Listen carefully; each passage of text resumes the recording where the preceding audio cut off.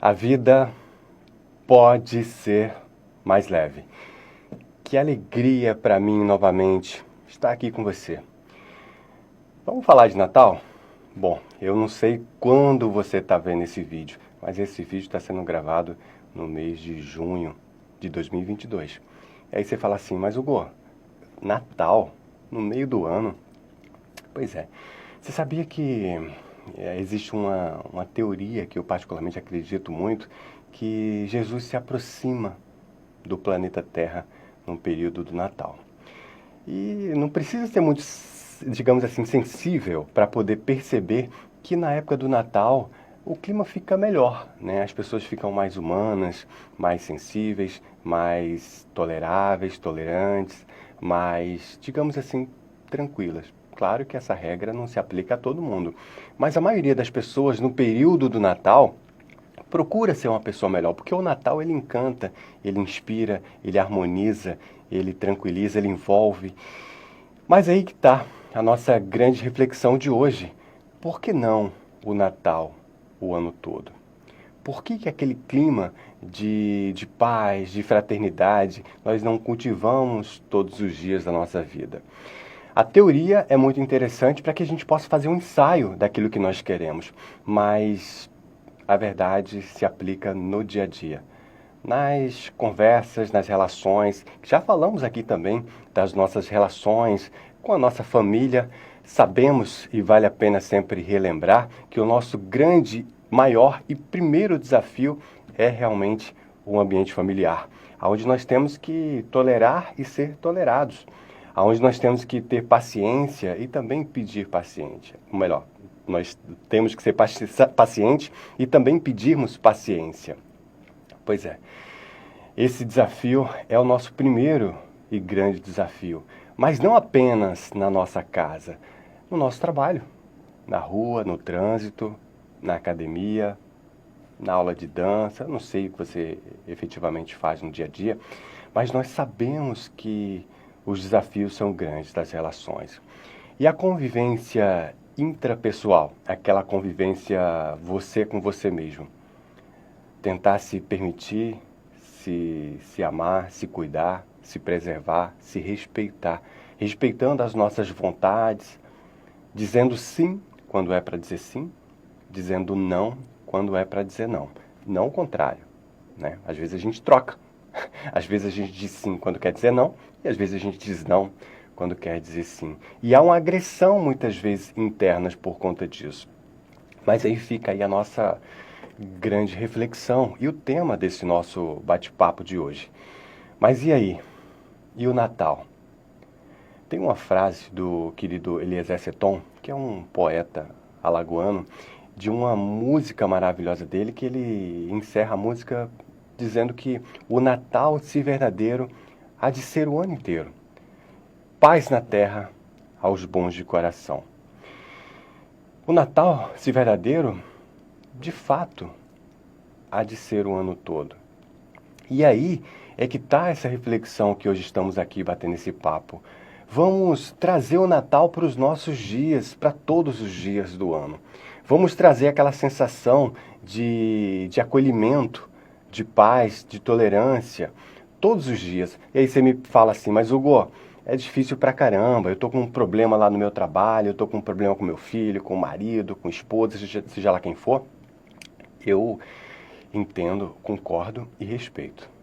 Eu sei que as relações, como já dissemos aqui, não são fáceis, mas é o nosso maior desafio. E vale a pena lembrar que, digamos assim, os maiores desafios do ser humano são as relações, seja ela intrapessoal e interpessoal, ou seja, nós com nós mesmos e nós com os outros. E, consequentemente, claro, os outros conosco.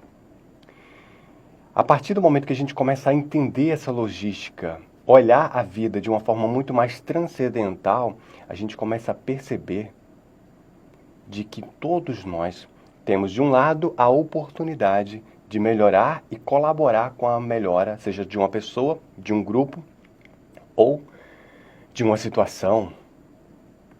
Ao mesmo tempo, nós temos a responsabilidade. Esse é o nosso grande desafio. melhorar as relações, ter mais paciência, mais amor, mais tranquilidade, mais afeto. Sabemos que na teoria é muito tranquilo, mas na prática, no calor do dia a dia, é muito desafiador. Mas, de novo, aí que está toda a beleza do processo. Nós temos que entender que esse desafio é o nosso grande chamamento. E não vamos arranjar desculpas, vamos arranjar soluções. E aí você me pergunta, mas Hugo, por que efetivamente arranjar desculpa? Porque nós, e como arranjaríamos essas desculpas? Porque numa relação, né, onde o marido cobra da mulher, onde a mulher cobra do marido, essa relação muitas vezes está condicionada à melhora do outro. Olha que coisa interessante. Ah, mas eu faço o que tem que ser feito, eu só vou conseguir melhorar, só vou conseguir me tornar uma pessoa melhor se aquela pessoa colaborar, ou se aquela pessoa se tornar uma pessoa melhor. A culpa é dela, a culpa é dele. Nós arranjamos a todo momento culpados para os problemas do dia a dia. Claro que minimamente, o outro tem sua parcela de colaboração, seja positiva ou não. Mas ninguém é culpado sozinho. E quando a gente começa a entender melhor essa engrenagem da vida, a gente percebe que não existe culpados nem inocentes. Todos nós estamos dentro desse contexto e vamos mudando de posição de acordo com o cenário e com a situação. Quando a gente começa a olhar a vida de uma forma muito mais, digamos, transcendental, muito mais macro, a gente começa a ser mais paciente e tolerante com o outro, sobretudo com nós mesmos. Esse é um grande desafio e esse é o nosso grande chamamento. Vamos pensar na vida como uma escola, como já trouxemos essas reflexões aqui em outros momentos. Sabemos que a Terra, o planeta Terra é uma escola e a vida, de certa forma, é uma lição. Olha que bacana. Quando a gente olha a vida dessa maneira, é como se os problemas eles começassem a se dissipar. Olhar a vida de uma forma muito mais macro, muito mais transcendental, entendendo a engrenagem e os motivos, as razões pelas quais as coisas acontecem, é o nosso grande desafio e, ao mesmo tempo, é o nosso grande triunfo. É como se você estivesse numa sala toda nebulosa ou com muita fumaça e daqui a pouco você começa a olhar a vida numa engrenagem muito interessante que, de fato, nós temos que aprender, nós temos que nos melhorarmos, nós temos que colaborar para que o outro melhore. Claro, nós no nosso tempo, ao nosso tempo e o outro também ao tempo dele ou no tempo dele. Entendendo essa engrenagem, é como se você estivesse numa sala cheia de fumaça e daqui a pouco você abre as janelas, abre a porta ou as portas, liga o ar-condicionado, liga o ventilador, daqui a pouco aquela fumaça começa a ir embora. O cheiro vai ficar, o resquício naturalmente fica, mas a nebulosidade vai cada vez mais melhorando. Quando nós entendemos a vida dessa forma, os problemas eles passam a ter um sentido. E vale a pena nós lembrarmos que quando a gente passa por um problema, ou quando nós passamos por uma dor, quando essa dor tem um sentido, um propósito, a vida fica mais leve. E aí você me pergunta, mas Hugo, eu não estou entendendo muito o que você está querendo dizer com dores mais leves. Como assim, se a dor, digamos, no mesmo momento, ela é a dor que a gente está sentindo. Mas quando a gente passa a entender essa dor de uma forma muito mais significativa, com um propósito, aquela dor, ela passa a ser uma transformação. Ela passa a ter digamos assim, um brilho diferente. Quer uma prova disso? Imagina só que você é uma bailarina e você está com muitas bolhas no seu pé, mas você vai fazer a grande apresentação da sua vida. Você vai continuar treinando. E aquelas dores, elas vão continuar doendo, mas elas não te paralisam.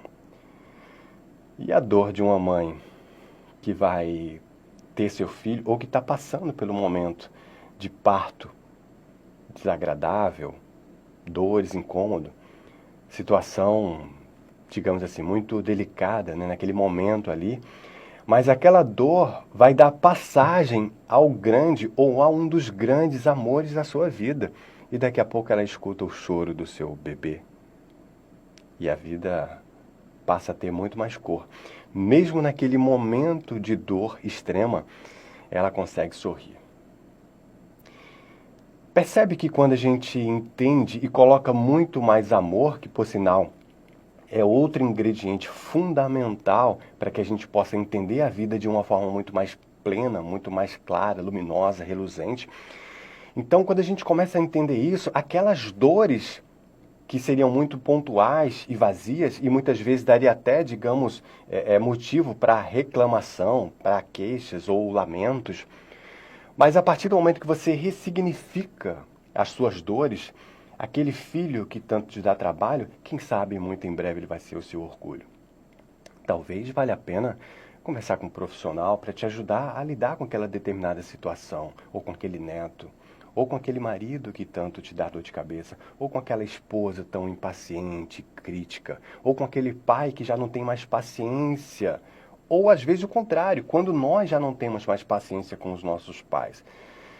E esquecemos que muitas vezes, no passado, eles cuidaram da gente, deram toda a atenção, deram sua energia e às vezes até a sua própria saúde para que a gente pudesse chegar nessa idade adulta. Mas nós, devido ao calor do dia a dia, muitas vezes perdemos a paciência. E perdemos a paciência e não encontramos mais a paciência. E muitas vezes perdemos a paciência, não encontramos mais a paciência e nem nos preocupamos em procurar resgatar essa paciência que nós perdemos. Vamos refletir juntos? E o Natal, hein? Feliz Natal para você.